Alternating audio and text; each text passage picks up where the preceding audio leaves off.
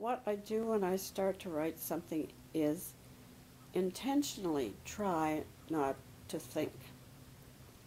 I will start with a starting sentence or maybe one general idea or a character, and I will just start. And if I haven't got a perfect starting sentence, too bad. I will still start. And then I will just keep going and let the story build itself. But I do not plan ahead. I do not make a structure beforehand.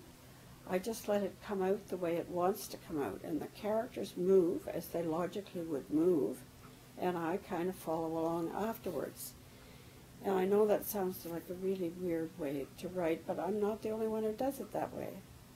Now you'll find someone like Alistair MacLeod, who doesn't go on to paragraph 2 until he's perfected paragraph 1. I could never do that because for me, the flow would go. It doesn't go for Alistair. He writes magnificent stories, but I just couldn't do it that way. I don't edit things until I get to if it's a novel, I wait till the end of the novel and go back and do the editing. Now, if I'm doing a novel, I will write, say, one chapter. Well, what I do really is every day I will write a certain amount, which might be a chapter. Before Green Gables, that's almost exactly what it was. I would write about a chapter a day.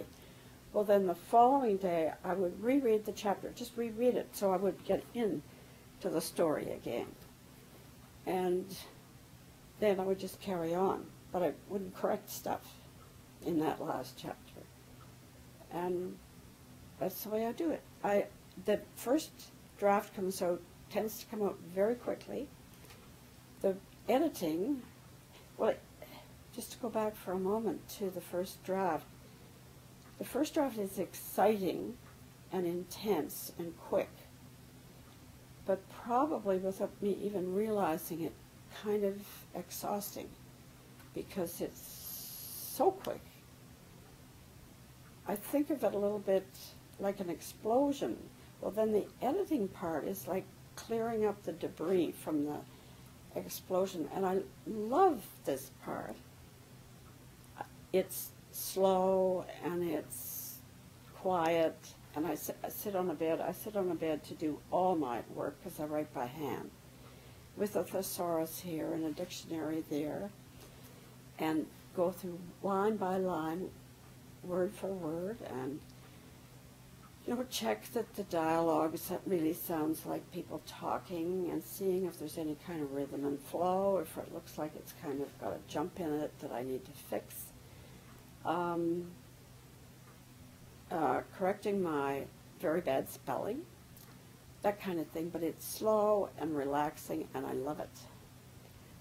I had a trouble with that before Green Gables book because I wrote the thing, and then at that time I started out having a typist who lived in Dartmouth, and she moved to Brandon, Manitoba, so anything I sent her, you had the mail thing that took a long time because of course it wasn't online or anything. I had to send things by mail, so that took a long time.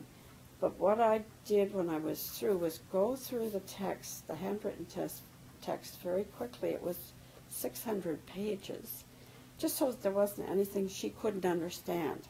Send it off to a woman called Monica Sormova, who can actually understand my handwriting.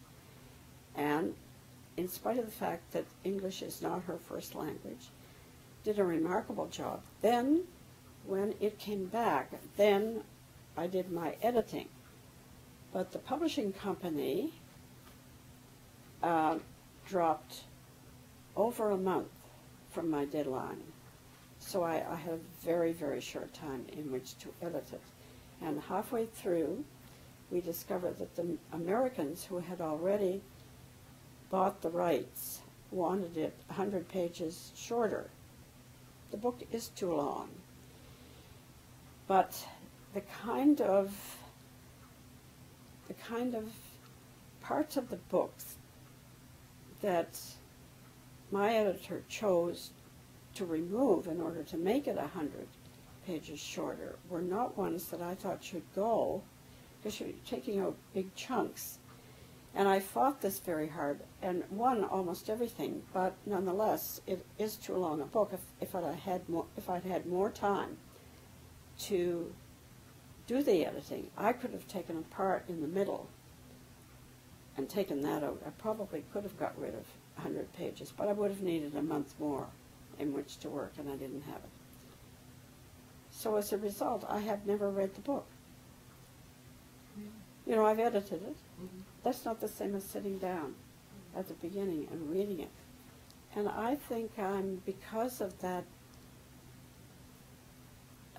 decreased time in which I was to do the editing, I think I'm scared to read it.